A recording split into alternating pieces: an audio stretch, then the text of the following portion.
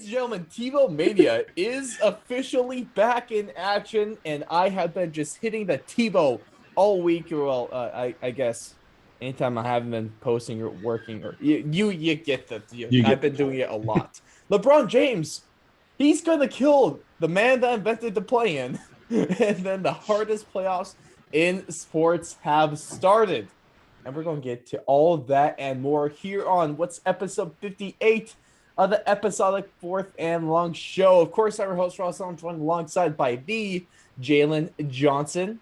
Jayln, welcome. Yes, I'm glad to be back. Back in action, back in business. Business is booming. Yes, it is. And I have a swivel chair.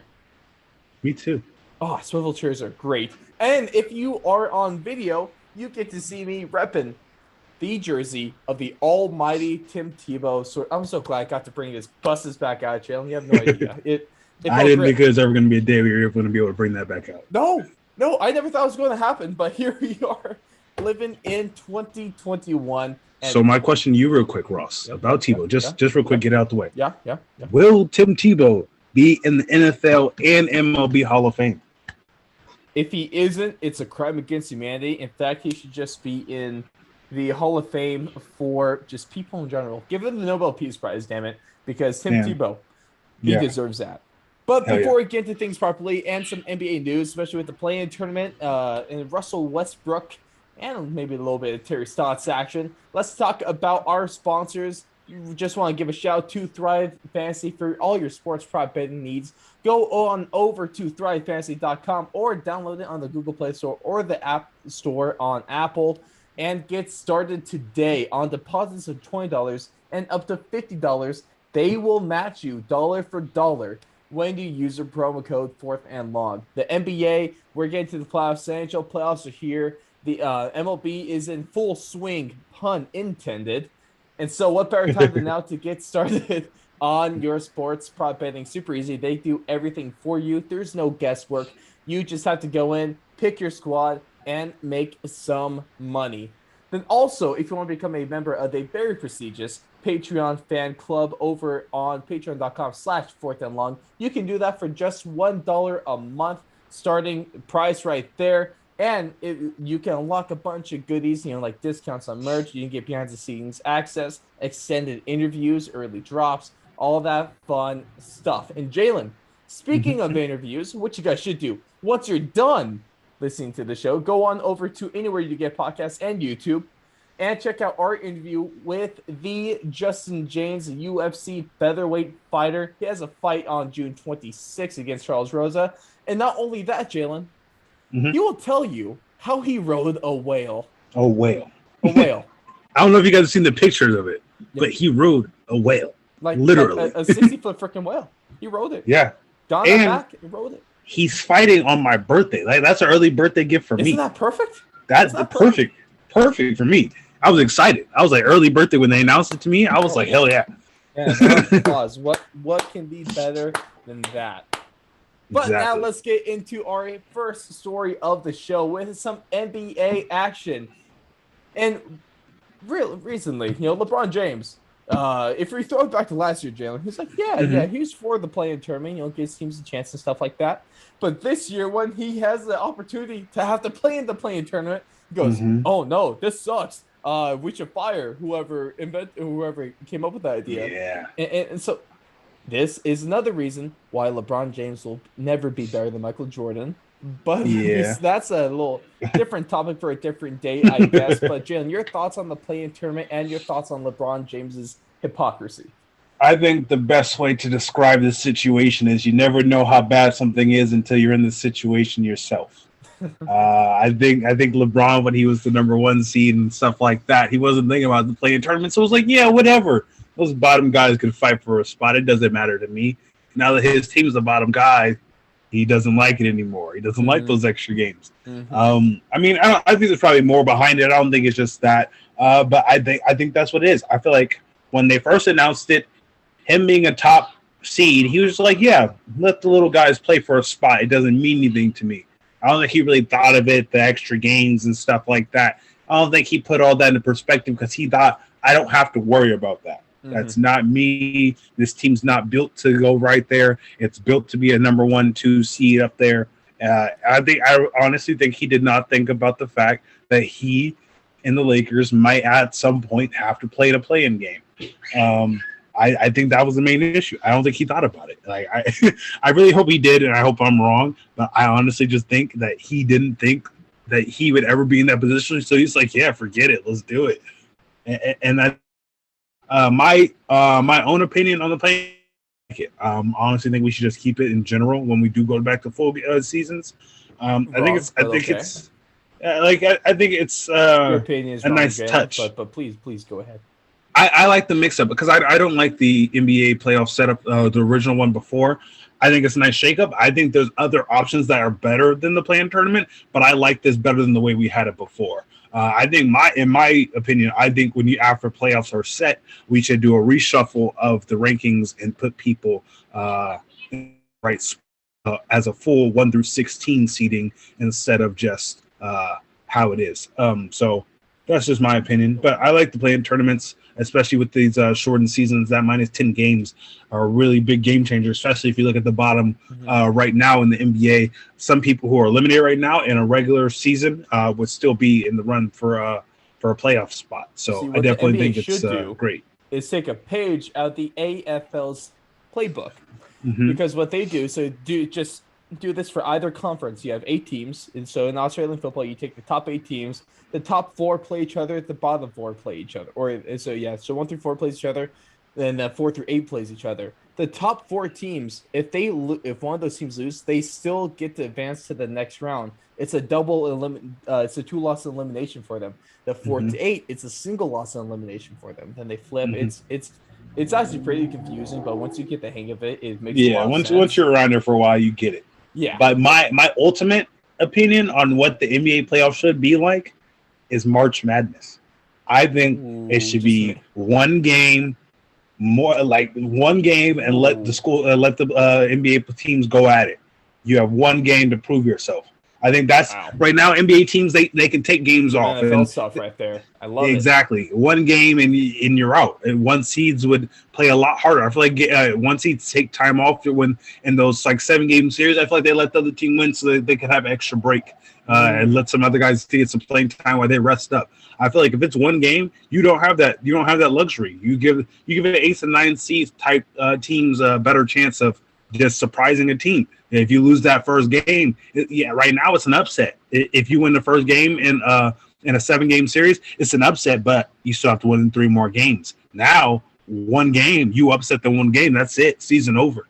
And I think that would be more exciting for the sport. I could get how that might be more frustrating for the players, but also I think they get more rest. You get the games out the way. Yeah, I can get behind that. I'm cool with that one.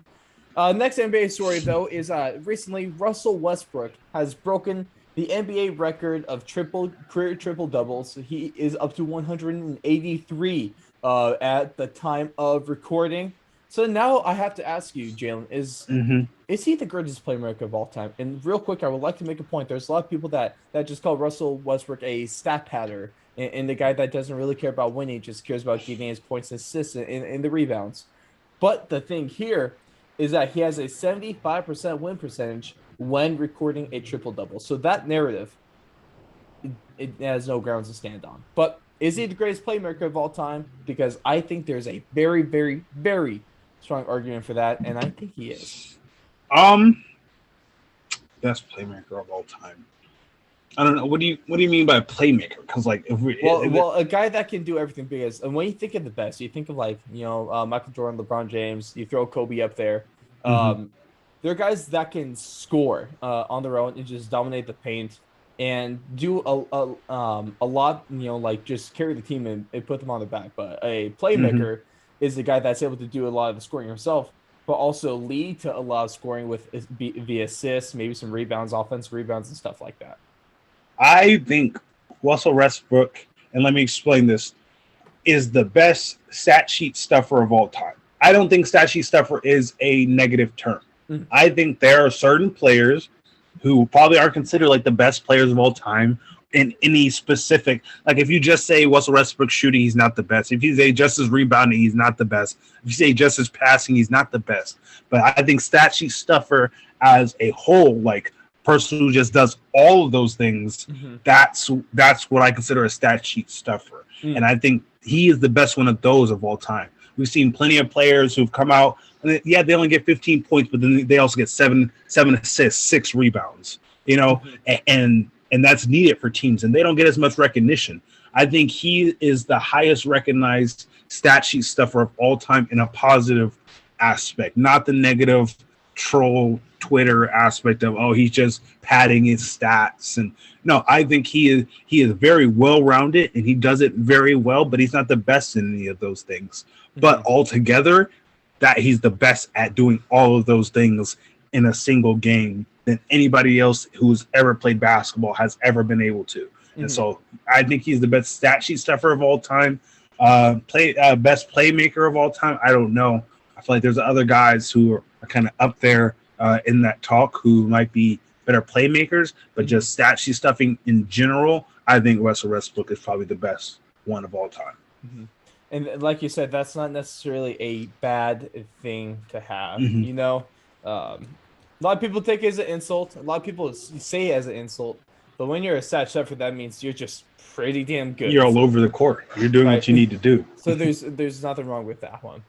Next one, Jayln, since we are getting just about to the playoffs, we got to look at some of the teams. A lot of teams are clinching, like the Western Conference. The top 4 is all wrapped up. And then in the Eastern Conference, all the playoff teams have been selected. So one of the things, let's go by conference to conference. We're going to start with the Eastern one. Who do you think is the team to beat going into the playoffs? The top teams in the Eastern Conference, you have the Sixers, then you have the Nets, and then the Bucks. So is it one of those 3 teams that are going to be the one to beat? I think right now, everyone's expecting it to be the Nets. For me, I think just because they have an absolute, just a crap ton of talent, just pure talent. I think, in my opinion, the real team to watch out for are the Bucks. I think the Bucks have had a quietly just amazing season. Is it finals or bust for the Bucks? I think so. I think at this point, you kind of next season, if they don't at least make it to the finals this season, I feel like now you have to kind of start looking at some stuff. You have to build around. I'm not saying clear out house and get rid of Giannis or something like that, but I think you need to, kind of go the LeBron and AD type route. You need to find another big name to put over there with Giannis. You can't just keep building around Giannis with other just solid players. You need another top player over there with them. I know we've had that argument way in the past, but he still needs a Scottie Pippen.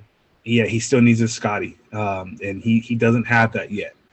So I think they're a team to watch out for. I think they've had a quietly great season. Giannis has been dominant. He's been quietly an MVP candidate this entire season, doing what he does, still averaging great, playing great. He hasn't.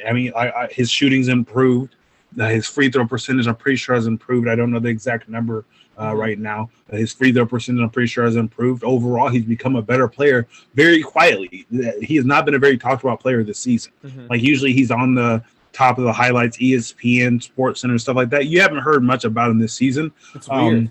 It's been really weird. It kind of seems like the Bucks are back to when their best player was like Monte Ellis, and Brandon Jennings. That's the last time it's been this quiet for the Bucks, even though they're a top 3 team in the East pretty much all season. Right. And so in the East, I would say the Bucks are quietly the team to watch out for.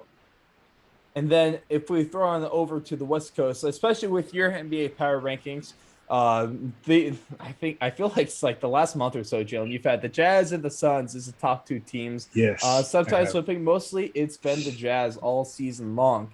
Right now, there's only about a game and a half difference between them. Then some of the other top Western teams that have clinched a spot in the playoffs are the Clippers and the Nuggets.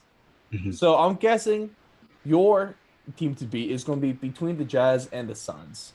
Is that correct?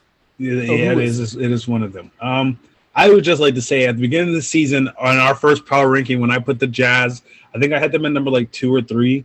And then they were won by like our second or third power I had ranking. no idea where the Suns have been too. Yeah, the Suns I got a lot of crap for putting the Jazz in the top 3, and they were like, the Jazz are not going to be there by the time we get to the end of the season. I said, we'll have to see. And I put them up there, and I told people, I said, watch out. I said, the Jazz are looking like a complete team. I said, they're looking like a team that's going to do this all season. And people are like, no, the Jazz are just hot right now. Wait for it to calm down and kind of get to the middle of the season. Middle of the season hit, Jazz are still up at the top. What, the Jazz have never calmed down. They've been top all year, man. And you tell them right now, Jayln. Tell the people. Tell the doubters. Tell the haters. After saying all that, I think the team to watch out for in the West is not the Jazz. I think it's the Suns. And you threw me a curveball. The Jazz are up there, and I think they're going to compete very much so. I would love to see a Western Conference Finals between the Jazz and the Suns. I'd love to see a 7-game series between those two teams. But I just think the Suns have the key factor here, and that's Chris Paul. Is he a MVP candidate? I think he's up there, but I don't think he'll win it. He doesn't have the flashiness needed to be an MVP. Doesn't win it, we riot. Yeah, I'm very much a Nuggets fan. I'm Joker all the way. I don't know. Y'all can see the Joker poster on the wall up there. I'm Joker all the way. But yeah, no. I think the Suns have Chris Paul, and Chris Paul has proven that he is an it factor when it comes to teams. He led the Thunder to a dominant performance in the playoffs. Obviously, they didn't make it all the way, but they did way better than anyone expected them to because of Chris Paul. Now you look at the Suns team, who's a pretty much upgraded version of that Thunder team that Chris Paul went into the playoffs with, and you have to think like this is a team you need to watch out for. You still have Devin Booker, you still have Chris Paul out there. Chris Paul is out there coaching all the young guys. These aren't just rookies and stuff like that out there on the team just playing. These are guys being coached by Chris Paul. The guards out there are all guys who have played with Chris Paul and practiced with Chris Paul all season. They have learned things from him. So even when he's not on the court, he's on the court because of his presence that he brings to teams. He's pretty much like an extra coach with all the experience that he has. And yet he hasn't made it far in the playoffs, but at the same time, that playoff experience, even if it is only first and second round exits, it's still playoff experience that teams like the Jazz and the Nuggets don't have on their squad. And I think that is very important. And then the last thing we want to talk about with the NBA today, Jayln, is currently the Trailblazers are a playoff team. They're saying about the 6, between 5 and 7 right now. They look like they should be making it. But one thing that we've seen from this team over the last number of seasons is a solid amount of regular season success. They might win a series or 2 in the playoffs, but they haven't really gotten close to the finals. So with that being said, there's been a lot of people calling on Terry Stotts and his job, essentially. We've had Dame come out and defend the man, which is, I believe, rightfully so, and I'm not really surprised that he would do that. That's kind of what you expect him to do. But is there truth to the statement? Should Terry Stotts be on the hot seat? I don't think he should. I think I'm blanking on the name. I don't know if you could look it up for me while I'm talking. But the coach for the Raptors, they made to the conference finals, and then he got fired the next year. I forget his name. But yeah, the Raptors coach. And I feel like he is not the problem. It wasn't Nick Nurse, was it? It wasn't Nick Nurse. That was what I was going to say, but it wasn't Nick Nurse. No, it wasn't Nick Nurse. It was the coach before Nick Nurse. I think it's not a good move. I feel like Stotts is getting there. I feel like, he's had a lot of attempts, but you have Dame, you have McCollum, and you have a solid team. You have Carmelo Anthony, who has resurged since coming to Portland. And that team is just good. It's built. It's just right? Dwayne Casey. Yes, that's the name I was thinking of. You don't want to fire a guy like that because you're going to – you could have the Nick Nurse effect. Nick Nurse was a guy who was pretty much being groomed as a coach for years and finally got a shot and just took off with it. But the chances of that happening again, we've seen it in all types of sports. It doesn't happen all the time. Some teams, they're like, we keep making first round. This isn't working. Let's get rid of our coach. And next thing you know, now you're not even a playoff team anymore. Right. And the Trailblazers are already like a middle of the road team right now. You don't want to cut your coach, end up with the worst coach, and now end up being right on the edge to where you're fighting always for the been 8th kind and of a 9th weird seed all the strategy, time. huh? Where like you could be a playoff team, but you never get past the hump, and so you think it's to fire the coach. It's never really made sense to me because we gotta play the odds game, Jayln. If Yeah. you can make it to the playoffs every season, the odds of you finding a coach better than that is very slim. The Yeah. best option, come on, you really think most of the Because you coaches have to can't think, do that? most of the coaches who are going to be available are coaches who could not coach their team. That's Like, exactly. So let's think about it. if you have that, you upgrade the roster. It's not the coach's fault. I'm thinking of it right The now. roster can only go so far sometimes. Talent can only take you so far. Coaching can only take Yes. you, there's a ceiling. There's a ceiling. You can have a certain amount of talent, Jayln, Mm-hmm. but a coach can only take that talent so far. There's a ceiling to that. That's true. So sometimes you got to raise the ceiling by getting better talent, not the coach. I think, in my opinion, I don't think this year. I think next year, honestly, if they do it again, at that point, yeah, you kind of have to take that risk. Mhm. That's kind of just how it is. If you kind of keep just getting second round, first round exits, you kind of at that point, you kind of have to do it. It's kind of just not working. You have to take the risk. But right now, if you're looking at it, the best coach that's going to be available after this season is probably the Kings coach right now, Luke Walton. He's probably going to be the best coach available, and you don't want that crap, you know? you don't want that. And then maybe if Alvin Gentry, who's also the Sacramento Kings coach, but he was an assistant coach this year, if he doesn't end up becoming the Kings coach, he'll probably be available, and then he'll be the best option. And then I'll be a little bit more iffy about it, but I'd probably still stick with Stotts between him and Gentry. But it's just not a good move. Now is not like, unless.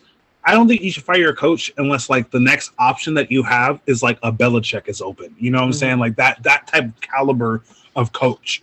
Like, unless something like that is available and on the market, and you honestly believe to God like that you would be able to get him and secure him. Because I feel like a lot of teams do that. They fire a guy because they're like, hey, look, this hot prospect is coming in. I mean, it is available. And then you go all in for him and then don't get him. And now you're screwed because you just fired your good coach. And now you're stuck with the bottom of the barrel guys, and now you have to go and be a 10th, 11th seed team for a while to build back up, or wait for another run on good coaches. And so I don't think they should just yet. Now, I wouldn't say never, but just yet. I don't think they should fire Stotts or put him on the hot seat. No. Let's just slow that talk right now. There's no need to at this point. Maybe in season 2, like you said, Jayln, but right now, no, chill it. Let's see what happens in the playoffs this year. Anyway, moving on from the NBA, though, let's roll on into the NFL, Jayln, and let's talk about the hottest news and the hottest free agent signing that the NFL has seen in decades. Yes. Tim Tebow is making his return to the football field, to the gridiron, to the NFL, and he's reuniting with his former head coach from those crazy Florida days. How, Urban, when he had a killer in multiple killers. I believe felons. I forget the number, but I believe it's like 14 people from that team have been convicted felons now. There is a reason they're the Catholics versus the convicts. Okay, I mean, I know that was Miami, but Florida sports in general had just been insane. Like there should be a 30 for 30 on that team. In all honesty, at this point, how has there not been? I don't know. 30 for 30 just on your quarterback is a hardcore Christian. You had Aaron Hernandez on the team with 13 other felons on the team and all that other crazy stuff. Cam Newton was on that team for a little bit. Yeah. Like I need insight on this team. Like you're telling me, I need to know. ESPN. Gary Dunn, I pay you $5 a month for something, so make it worth it, damn it. Okay, give me that. I pay my subscription. You better give me what I want. But with Tim Tebow, though, he's coming as a tight end. This deal is not done yet at the time of recording, but it is expected to be done. He's going to be coming as a tight end on a 1-year contract, and he will have competition in camp. So a few things here, Jayln. Just in thoughts on the move in general. Is he going to make the roster? And best of all, is he going to score a touchdown this season? Do the Jags have any other tight ends on the roster right now? The Jags do. I mean, I'm sure they have somebody, but like... Yeah, but their tight ends are one of their weaker spots on the team. Yeah, Obviously, if they're signing Tim Tebow to a 1-year deal, their tight ends are one of their Chris Manhurts. Okay. You got James O'Shaughnessy. Okay. You got Luke Farrell. Okay. And you got Timmy T. So I mean, okay. Yeah. At this point, he's making the roster. Right. But I forget who was saying it though. It was kind of annoying because there's someone on ESPN getting mad at the whole Tim Tebow sign, almost getting mad at Tim Tebow as well. I felt like because he is potentially taking a spot away from a younger player that deserves this spot more and that's looking for his chance. Mm-hmm. But see, the thing is, Jayln, if you're a tight end and you're trying to make it in the NFL, and you lose a spot on the roster to someone that hasn't played tight end ever and has been out of the NFL for 6 years, I am not sure you deserve that spot. Yeah. I think my whole thing that I like the Tim Tebow sighting because obviously it's Tim Tebow. It's great. It's going to be exciting to see, and it's going to be something I get to watch. I think there's a lot of other guys out there who aren't getting jobs, vets even, not even just young guys, who aren't getting opportunities and even tryouts like that. So the fact that Tim Tebow left the sport after not starting a game since when he was back with the Jets in, I believe, 2012, and then moving to baseball, not really on the field or doing anything like that, and then coming back and getting the opportunity. Yeah, just even getting the opportunity, like getting the workout that a lot of other guys aren't getting. That's what I was kind of iffy about. I don't mind it. It's like whatever to me. Like I don't, I don't care. Like I care, but I don't care. That was my problem. I think if it was so easy and simple for him to just get that tryout, get that workout, and get a job, why isn't it that easy for other people? And I'm not even just talking about like the obvious one like Kaepernick. I'm talking about like there's plenty of other players who just pretty much haven't gotten signed and just probably aren't going to play again because they're not getting the opportunity. And that's who I'm referring to. So that was my only problem with the signing. But at the same time, I think it's a great signing. I think it brings attention to a team that's already going to get a lot of attention with the Trevor Lawrence kind of experiment over there and Urban Meyer becoming an NFL coach. I think it's going to be a lot of fun. And I don't really think Tim Tebow is going to be a classical tight end, in the usual sense. He's not. I see him as like a Taysom Hill type thing. What I see him as is Urban Meyer. He was a offensive innovator when he was a head coach with Florida and Ohio State. This guy can do some fun stuff. That's a fact. So Trevor Lawrence alone, I'm super excited for that. But also, I see Tim Tebow coming out of the backfield. A lot of like college teams, you'll have a tight end, and the tight end doesn't always line up next to the offensive tackle on the line of football. He can line up in the backfield, maybe not necessarily as a wing, but almost like a have him in the backfield, closer to the quarterback, and maybe next to the running back. You can put him as a fullback. People forget Tim Tebow is a large human being. He's a large human being. This guy could have a motivational speech and make you want to run through a brick wall. I'll hit the brick wall. I'll bounce off of it and hurt something. Yes. Then he'll proceed to run through the brick wall and the wall behind it. And then you'll get up and follow him. So I could see him coming out of the backfield, and also it just gives you another target and another guy to block or to put bodies on, and I mean. People are going to be intrigued by Tim Tebow. They're going to be trying to do some stuff. Yeah. So I like this move, and I got Tim Tebow. I said the over/under of 2.5 touchdowns on the season, and I'll go be bold and take the over. The over/under on his yardage was 15 yards. I'm taking the over. Was it who made the over/under? I don't know, but I'm going to Vegas and I'm putting my money in now. $1,000 on the over, please. Another over. We could talk about over-unders later, but so there was a couple of over-unders I saw this year that I'm like, I need to go to Vegas and put my money in because I'm taking that. Yeah. But I think Tim Tebow. What do you think the over/under is on Tim Tebow doing a passing touchdown at any point in the season? I'll take a 0.5 on that one. I'm taking the over. I'm taking the over on the point. Hey, Timmy T is going to he's going to get 3 touchdowns this year. You're telling me that the Eagles ran that Philly special into a passing touchdown with a non-quarterback playing tight end, and you're telling me Jacksonville with Urban Meyer at coach isn't going to run some type of tight end motion, toss it to him, and let him throw a touchdown? Even Tim Tebow, jump pass, please. Yes. On the goal line. Tim Tebow jump pass. If Tim Tebow throws a jump pass, Jayln, I will shave my head.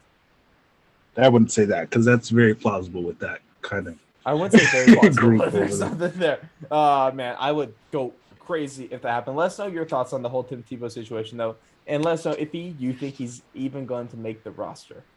And of course, some other big news from the NFL recently was their schedule release. We finally get okay, Jim. Before we get into it,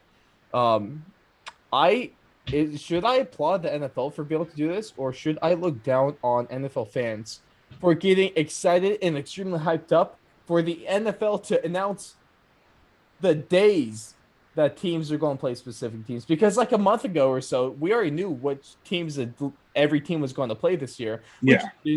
When they were going and where they were going to play. And we get this excited over when and where of these, John. So I think it's, in my opinion, the reason why this is so exciting is because, it's stupid. But like for me, when you kind of imagine it, like when you see like all of your tough games are like in the middle of the season, and you're like, oh crap, like that's kind of after like a long time. But like when you see like, okay, our toughest games are like the first 4 games, and then like we have 6 games of teams who win like 4 or 5 wins last season. Obviously, it's important. I'm just like, if you get hyped, like just like from just looking at it, taking it in a literal sense. Yeah, it's really stupid what we do. Yeah, I think the only excitement of it comes from like you kind of see those runs of where like I think we can go like 6-0, 7. So we can finally like put together our record predictions and I can't wait to do that. I did that today, and we'll be rolling those out. I'll be rolling those out over on the. I'll probably be doing mine tonight then. Over the next season, shout out to the best website for this is just playoffpredictors.com. Yep. I love this thing, and we don't even get paid for them. They have their own Patreon campaign, which you should join both. Join into both, and then we'll be good to go. Patreon.com/4thandlong. Yes. But it's some of the biggest winners and losers from this schedule release, Jayln. And one of the winners I have to give it to is Blake Bortles. Because, shout out to the Packers for going from the GOAT to the BOAT. Of course, the best of all time in Blake Bortles, Triple B, or the best of Blake Best, the Bees. Yes, that's the one.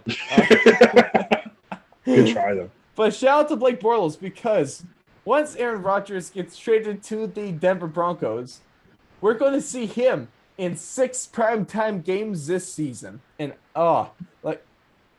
haven't we thought of this? Like, Blake Bortles in 6 primetime games, Jayln.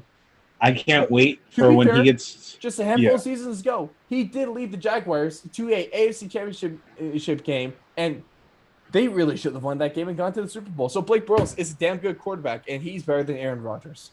No, he isn't. But you... I saw a stat, very interesting stat. Yes. Blake Bortles, in the last, I forgot how many seasons, has the same amount of playoff wins as Aaron Rodgers. There it is, folks. They are the same. They're the same, but I think it's going to be so hilarious. Also, they're the same in this sense too, that they get to the conference championship game and then just choke. Yep, that's kind of like a common theme for them. I think that it's going to be funny I think it's a win at this point. When Aaron Rodgers gets traded and they have to change all the pictures of Aaron Rodgers. Because right now they have like everyone's releasing like the best QB matchups of the season and stuff like that, and the goats playing each other, and then it's Aaron Rodgers' body. Well, I think it's on CBS or something like that. They had Rodgers versus Mahomes, and then they took that out. Then they did they just went to Lamar versus Mahomes. So smart on them. Shout out to the Falcons for not having Julio Jones on their whole season tickets and stuff like that on the art because they know he's probably gone. The Raiders they have Derek Carr on their stuff, so. I saw a meme about they released a picture of Derek Carr, and it was they have like a bar at the back of the end zone. Oh yeah, so they're like Derek Carr's gonna kill somebody. Okay, that whole Raiders nightclub thingy. Yeah. Is that not going to get annoying? Like, can't the players not going to hear just a bunch of music or something? I feel like it's gonna be like a more the more like, you know what I'm saying. I want to see that stuff's gonna go on disco. after. I want to see a silent disco in the back. I feel like it's gonna be like more of like a quiet thing during the game. I feel like during the game is gonna be more like a sports bar thing. I think it's going to stay open after games so that fans can go from the stadium into the nightclub. Genius. I think that's more what it's going to be. I think it's going to be more of a sports bar, and then at night, after the game, nightclub. Leave it to the Vegas to have something stupid like this. It's so dumb. Another winner, though, Jayln. Shout out to the Eagles because they get the lowest 2020 opponent win percentage. On the flip end of that, it's the Steelers that are going to have the hardest schedule this year. And they also get to do that with their depleted roster and their aging quarterback. That sucks and should have been replaced. But what you do, Jayln, you don't have offensive line. You don't have a good quarterback. So let's draft a running back in the first round. Hell yeah, Steelers. Najee Harris is not going to like it there. No, poor guy. I think he's going to thrive. I think he's going to be great. He's a great running back. But it's still a bad pick. It's still a bad pick for the Steelers. Yes. And I will stand by that. But at the same time, I think it would have been worse if they didn't get him because, as you saw, there was like a run on running backs. Offensive lineman. Yeah, at the same time, I think they should have drafted Big Ben's replacement. Yeah, but they do have Dwayne Haskins, so I think they're still going to help on that. So, we'll see. No, I don't know if you want to put a lot of faith into that one. But I will. Another for now. Jayln, please. I know you got some hot takes, but man, even that hot take is a little too much for me. And you know I like my takes spicy. Yeah. And then another loser of the schedule, like Jim, as a Cardinals fan, cheddar jalapeno Cheetos are the best ones, and you cannot tell me otherwise. My other loser, though, Jayln, you're going to be happy about this because they're one of the teams that your Cardinals, have to play. And that is going to be the San Francisco 49ers as they have the most travel distance this season. And travel distance sucks. It's a legitimate thing. Kick their ass with vertigo. Right? And especially that's what happens with West Coast teams being stuck all the way at the edge. No matter where they go, it's going to be a bit of a travel. So those are my biggest winners and losers. I would love to hear what you guys have to say about that, though. Jayln, do you have anyone that just sticks out? I mean, I was going to say the Jets. They're a little bit brighter now, but if you're a Jets fan, still be depressed. My biggest loser is the Bengals. Ooh. Yeah, they got a great receiver. But when you only have 2.5 seconds to throw to that receiver, just loser of the draft at that point, huh? Just a receiver at that point. Yeah. And then they didn't really do anything in free agency. And then with the schedule release, they got Riley Reef, the greatest free agent tackle on the market, Jayln. I guess. And then after that, they didn't really do anything. And then now they have Joe Burrow coming off of a terrible knee injury. They have another great receiver. And then you get these nice white uniforms that were just, I was telling Alex. New uniforms. They got that. They had the best new uniforms. What it's going to be, especially with all the white, it's going to be a paint by numbers. And the only color you're going to be painting is green on Joey Burrow. It's going to be a tough scene. But sticking with the schedule, just want to look at some of the highlighted games I want to give you, Jayln. Feel free to chime in on any ones that you might have as well. One of the first games to watch out for is kind of piggybacking off the whole Blake Bortles situation. Is week 1, we get the Packers in New Orleans, Packers Saints, one of their first primetime games. And this is going to be interesting because it's going to be 2 perennial powerhouse teams, 2 perennial Super Bowl contenders. I mean, they can't really make it past either. If the Packers never going to make it past championship game, and if you're the Saints, you're never going to make it past the Vikings. But these are going to be 2 teams. At least one of them is guaranteed with it, and I would say 2, Jayln, because both of them are going to have new quarterbacks. So that's going to be something very interesting to pay attention to. Blake Bortles versus Jameis Winston. Can't wait to see how that goes. The boat versus the don't. Oh no, poor Jameis. Don't as in crab legs. Don't steal those crab legs, Jameis. Don't steal the crab legs. Oh, don't touch the Uber driver. Don't throw that pick. Don't throw that pick. Don't throw that pick. God damn it. Yeah, eye surgery, so it's all good. We'll LASIK.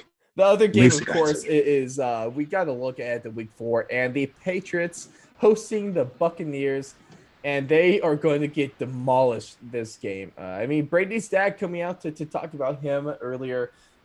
The Bucks are not going to be undefeated going to this game because they play the Rams in week 3. They will lose that one, but they'll still be 2-1 going to this respectable record. And this is Brady's revenge game, and I can't wait to see him put up 4 to 5 touchdowns on Bill Belichick. Or I also can't wait to see him go like 1 touchdown, 2 interceptions, and look awful. Yeah. Whichever one I'm fine with. What would you prefer? I don't know. I don't know. I don't know. I kind of want. I like Belichick and I don't like Brady. So like, and it's not like I don't like Brady. I just don't like what he did with the Patriots. Like, I don't know. I rather Belichick win and prove a point. Mm-hmm. Also, I feel like it'll shut a lot of people up. I still just don't like Tom Brady, so I would love for him to lose. I don't know. Like, I don't have anything against Tom Brady as an individual. It's more as an individual. Tom Brady slapped me in the parking lot when I was 6. What? He was intoxicated. No, he was intoxicated on TB12. Too many vegetables for him. You know, he gets vegetable drunk. And then one of the other ones, a huge game in week 5 at Arrowhead, is going to be a rematch of the AFC Championship game from last season between the Bills and the Chiefs. And this is a game that the Bills have a lot better shot of winning. And man, I am super pumped about that. Would like to know what you guys have to say about the games you're looking forward to the most. There's a lot of really good ones on the schedule this year between revenge games, primetime games, or just straight up offensive talent versus offensive talent. I can't wait to watch the Arizona Cardinals versus the Arizona Texans. Oh my. Or the Houston Cardinals versus the Arizona Texans. Too bad Bill O'Brien's still not with the Texans anymore. So that would have been great. It's not really. Do you still consider that a revenge game for JJ Watt? No, I mean JJ Watt himself took to Twitter and said that it's not a revenge game. It doesn't make sense for it to call it a revenge game. It would be a maybe for DeAndre. Maybe for DeAndre. It would be a revenge game if they still had Bill O'Brien. But also, I think that's a weak revenge game. Honest, it's like the weakest of revenge games on the schedule this year. Yeah. Also, revenge games in itself are overrated thing to talk about. Just my opinion. I don't really care about them. I think the best thing I'm looking forward to on the schedule this year is this year's schedule had a lot of good matchups between like the young quarterbacks, like a lot of like second, third year. Well, week 4 playing like the rookies and second year quarterbacks. So that's going to be a good one. Yeah, and then I think week 16 we get not Burrow. We get Lawrence versus Wilson. Yeah, I think we also get a Herbert versus one of those guys as well. I think we get Herbert versus Burrow. Yeah, so that's going to be a fun one, man. I'm super pumped about that stuff, Jayln. And one thing I'm also pumped about is the Oakland Athletics this season. So we're going to roll on into our short little NHL with their playoff predictions, with our playoff predictions. And of course, the coveted Nay of the Week award.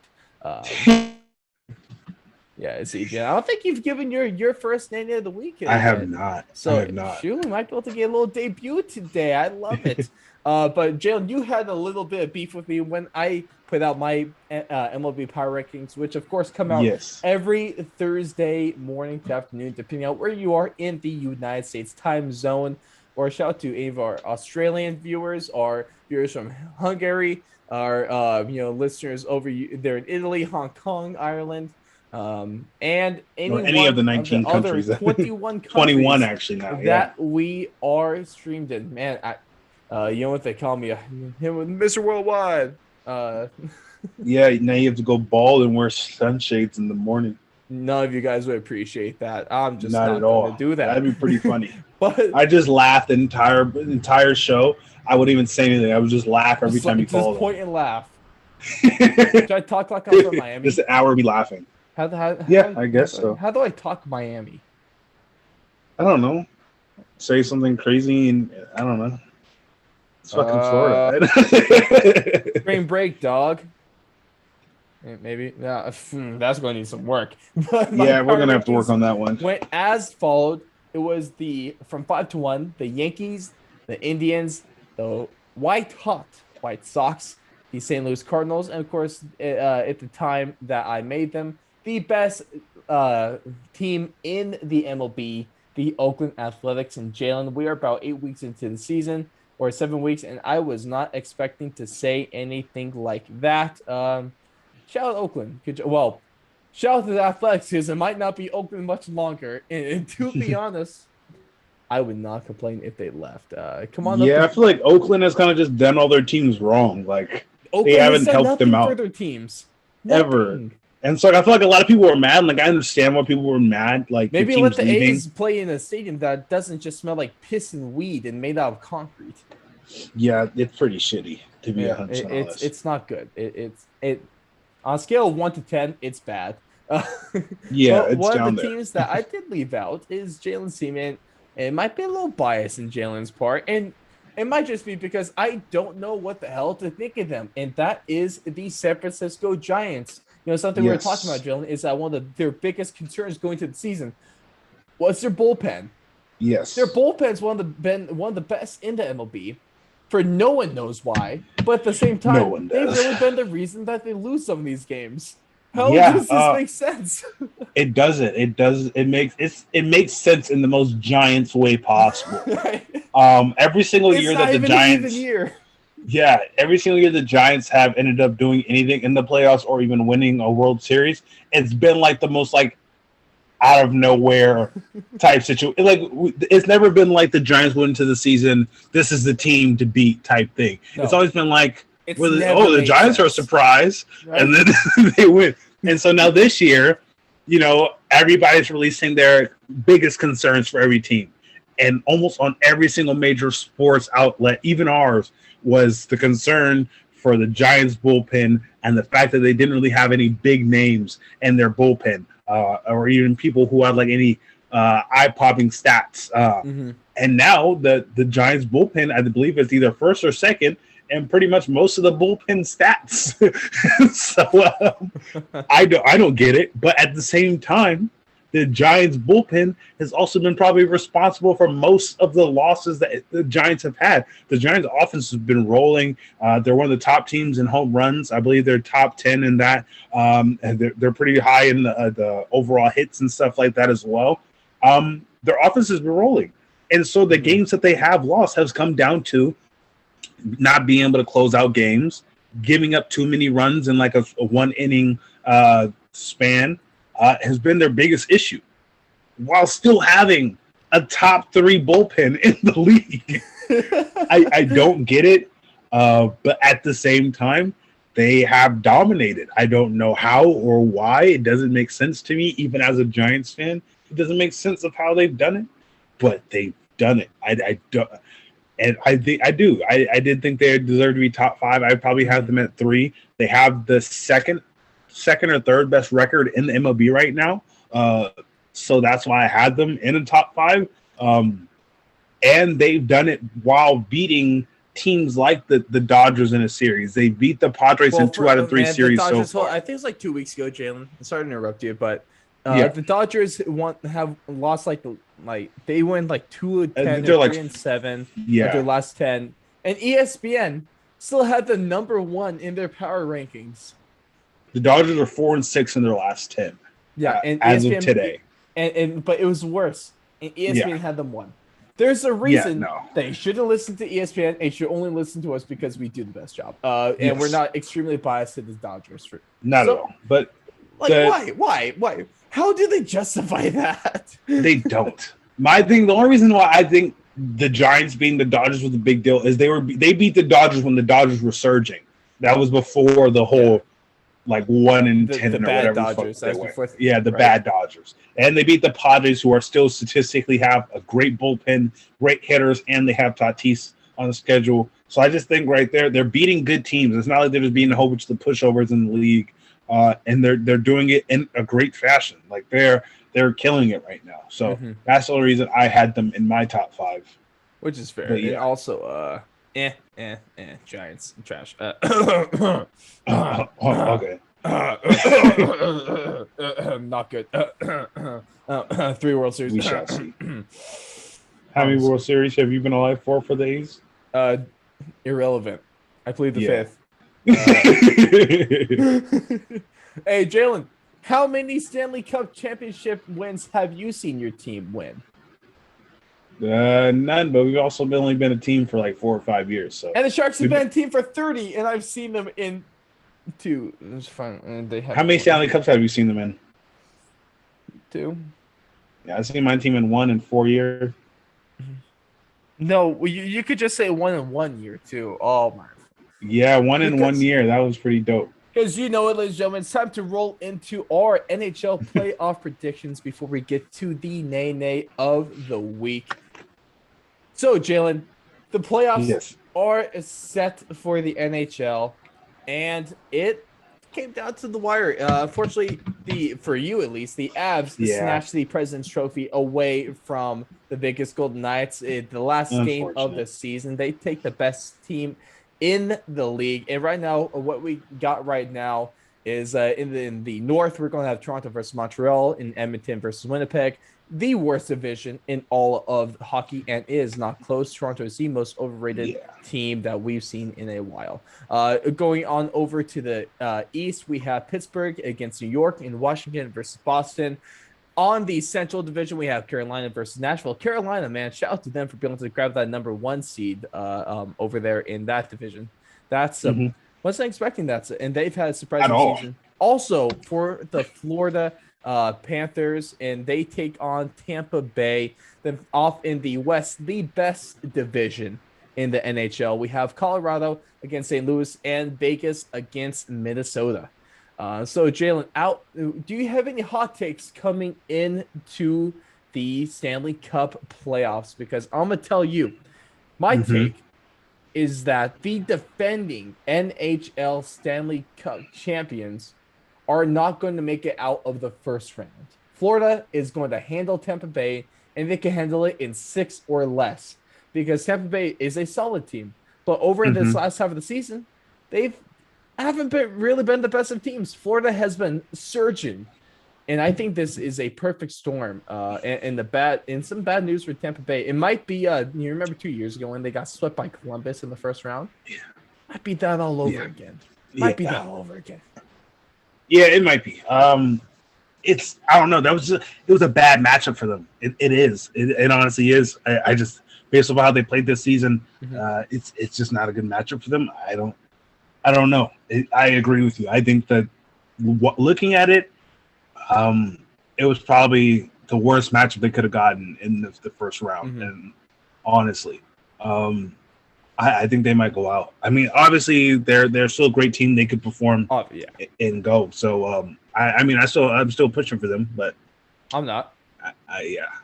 I'm not pushing them from the win, but I'm pushing for them to get out of the first round. I think they can make it. I'm going with Florida. I want they're not really the underdog, but in like reality, they are like an underdog type of team, you know? Yeah. So that's what I love to see, especially when I have no dogs in the fight, you know? Also, don't be surprised if Montreal makes it out of the first round over Toronto too. Just keep an eye out for that one. That was going to be one of my takes, was Montreal making it out of the first round. Let's get your Stanley Cup final teams in here. Give us your predictions. Let me open up the bracket real quick. Let me look at this real quick. I don't think anyone the North is going to make it to the Stanley Cup. I think the Stanley Cup goes through the West. It's going to be through the West, and in the Stanley Cup finals, it's going to be a game between a Central team and a West team. Yes. Shoot. I would kind of like to see Carolina make it. I'd like to see Carolina versus Vegas. That's my hope right now. I feel like Vegas. Are you going to go with Vegas? I feel like Vegas is going to win. In how many games? Let's get a game. 6. 5 is going to be very disrespectful. 5. Vegas and 6. Vegas, it's just they've been. I mean, obviously they don't finish on the best of notes. The game passed up by Colorado, but at one point, like late in the season, they were on 10-game winning streak. Yeah, I think we hit 14. 14 was the Jeez. highest, I believe so.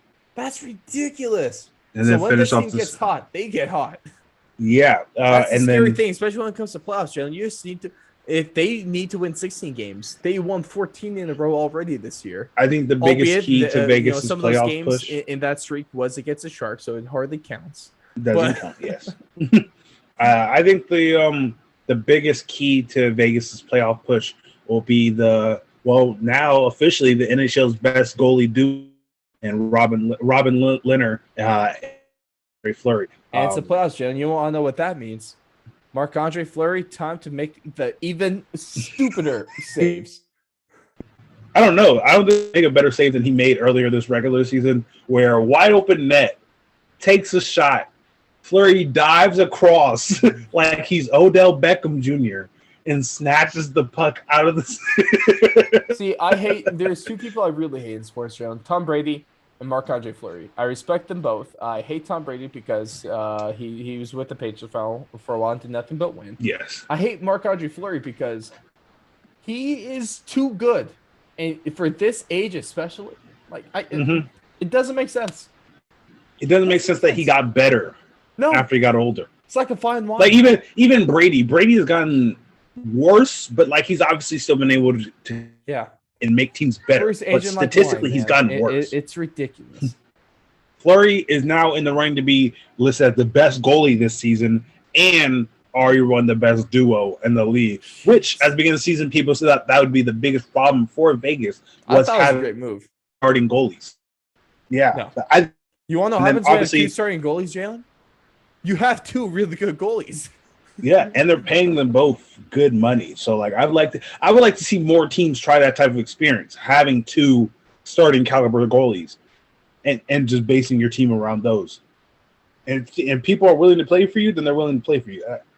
Then I think it could work. So I would like to see more. I don't know if I would like to see that specifically, but I'd like to see teams taking more chances like that with going with that type of scheme. Mm-hmm. Yeah, it's interesting. For me, though, Jayln, it's going to be the team that I'm hot on is the Florida Panthers, and it's going to be they're going to be taking on the President's Trophy winners with the Avalanche. And I got the Avs in 6. I know, super basic. Yeah, Avs, the record-wise, the best team in the NHL, win the Stanley Cup. Shocker, but man, not record-wise, just points-wise. Yeah. Oh, sorry, point-wise. Yeah, I guess this season's stupid. Yeah. Vegas had more wins, but less points. Less points. Yeah. Hockey's fun with the records. Yeah, it's really weird. I didn't get it either. This was the first year I was highly confused. I was like, they were like if Vegas, even if Vegas wins, Colorado could still take first. And I was like, well, we have 2 more wins than they do. It's about the points, Jayln. It's about the points. Okay. I was like, what points? So yeah, I was slightly confused as well. That Avalanche is a better team, but man, Nathan McKinnon and the rest of his team are just gross, quite frankly. And I'm hoping that one of those, either the Panthers or the Hurricanes, make it, because those teams are a lot of fun to watch, especially. So I'm looking forward to this. It's the hardest trophy to win in all of professional sports, and I will stand by that argument. And I am super excited. Give us your Stanley Cup Finals and winner predictions over on YouTube, Apple Podcasts. Give us a 5-star review with them, or go on over to Twitter at 4th Long Radio and Instagram at 4th and Long Radio. But Jayln, to wrap up this episode, let's give the nay of the week. And if you don't know what it is, this essential award for the man that got, or the man, the fans, the group, the person that got dunked on the hardest, that got bent over. They got done did it. All these kind of done did it. They got done did it. That's the thing. For me though, Jayln, it's gonna be none other than the Heat's own Udonis Haslem, because he checks in for the first game of the season, Jayln. 2 minutes in. 2 minutes. 2 minutes. Gets ejected. And this was You remember that? You know that Simpsons meme with the grandpa where he just walks in, puts his coat on the coat rack, does a circle, and grabs a hand coat, and just immediately walks out. Yep, that's exactly what this that's was. exactly it. Yeah, it was so damn funny to me because I loved it. I was all for it. Honestly, it was kind of a weak ejection. It was. But also, anything the NBA does is extremely weak right now. I swear, the weakest right. You got LaMelo Ball. Just moving your ref's arm, and the refs gets pissing. Yeah, for that. He said that the first.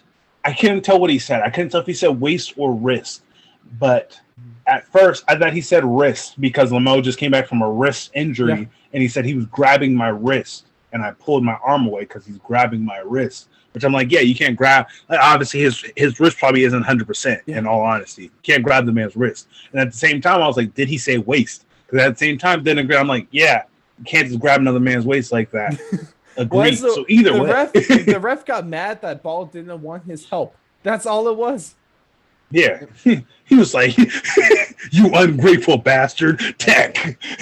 I swear, these refs, the NBA refs are the softest people in the world. Right behind soccer players. Right behind them. It's close. Just behind them. Getting real close. It's getting close now. Before it was like soccer's way up here, and everyone else is kind of like down here in a mixture. Now it's like the gap is closing, Jayln. The gap's closing. Refs, NBA refs, you heard it here first. You guys are catching up to soccer players and all that pussness. To quote one of the greatest players to ever play basketball, soft. Yes, and absolutely soft. But that's going to do it for us on this show, ladies and gentlemen. Let us know what you think on all the NBA and MLB, NFL, and NHL topics that we went over. Also, let us know maybe your thoughts on if you have a different award winner for the Nay of the Week. Got to give another shout out to Thrive Fantasy, thrivefantasy.com. Links are in the description. And huge thank you to our Patreon supporters in this prestigious group, and our thank yous go out to them for all your card collecting needs. Go on over to Instagram and follow at the Big Bat Box. Thank you very much, Ray Rodriguez. Shout out to Ryan Watson, and a big thank you to Neil Wiley and his YouTube channel, Chosen Problems. Jayln, your thoughts on the NHL playoffs in one word or phrase? Excited. That's weak. We can do better. All right, give me your thoughts on Tim Tebow. Excited. God. Just God. Jesus. Jesus loves you. Praise be, Jayln. We will see all of you in the next one.